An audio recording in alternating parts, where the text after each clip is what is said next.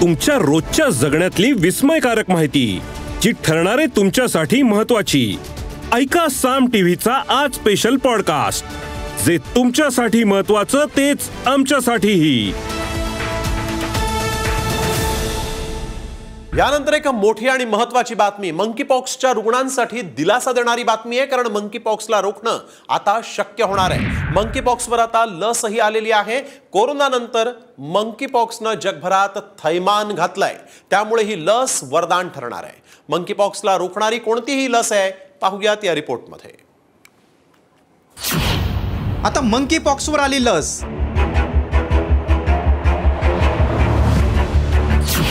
मंकीपॉक्सवरील पहिल्या लसीला जागतिक आरोग्य संघटनेची मान्यता।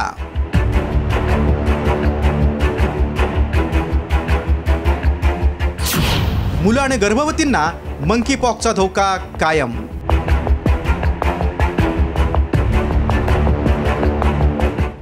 मंकीपॉक्सनं जगभरात थैमान घातलं असतानाच आता एक दिलासादायक बातमी समोर आली। मंकीपॉक्सवर लस आली आहे। MVABN नावाच्या लसीला जागतिक आरोग्य संघटनेनं मंजुरी दिली, त्यामुळे आता मंकीपॉक्सचा धोका कमी होण्याची शक्यता आहे। मात्र असं असलं तरी 18 वर्षांखालील मुलं, गर्भवती महिला आणि कमकुवत रोगप्रतिकारशक्ती असलेल्यांना मंकीपॉक्सचा धोका कायम आहे। ही लस किती प्रभावी आहे ते पाहूया। MVABN असं या लसीचं नाव आहे। 2 डोस इंजेक्शन म्हणून 4 आठवड्यांच्या अंतरानं दिली जाणार। 18 वर्षांपेक्षा जास्त वयाच्या व्यक्तींना ही लस उपलब्ध आहे। लसीचे 2 डोस 82% प्रभावी असल्याची माहिती आहे। मंकीपॉक्सनं आफ्रिकेत हाहाकार माजवलाय। आता भारतातही मंकीपॉक्सचा रुग्ण सापडलाय, त्यामुळे मंकीपॉक्सचा धोका भारतालाही आहे। यासाठीच भारत सतर्क झालाय। मात्र आफ्रिका, बांगलादेश आणि पाकिस्तानात मंकीपॉक्सनं धुमाकूळ घातल्यानं तिथं लोकांचा बळीही जातोय, त्यामुळे ही लस वरदान ठरणार आहे। मोठ्या प्रमाणात लस उपलब्ध झाल्यास मंकीपॉक्सला वेळीच रोखण्यात येईल।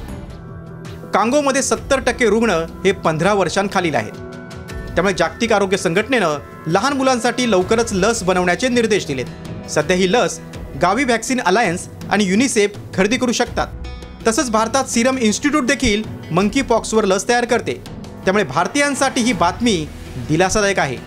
ब्युरो रिपोर्ट, साम टीव्ही न्यूज। या एपिसोडमधून मिळालेली माहिती कशी वाटली हे आम्हाला कमेंट्समध्ये नक्की कळवा। आणि रोज ऐका बिंचपॉट ॲपवर किंवा तुमच्या आवडत्या पॉडकास्ट प्लॅटफॉर्मवर साम टीव्ही आज स्पेशल पॉडकास्ट। आणि हो, आम्ही यूट्यूबवर पण साम टीव्ही या नावानं आहोत, तिथे आम्हाला नक्की लाईक आणि सबस्क्राईब करा।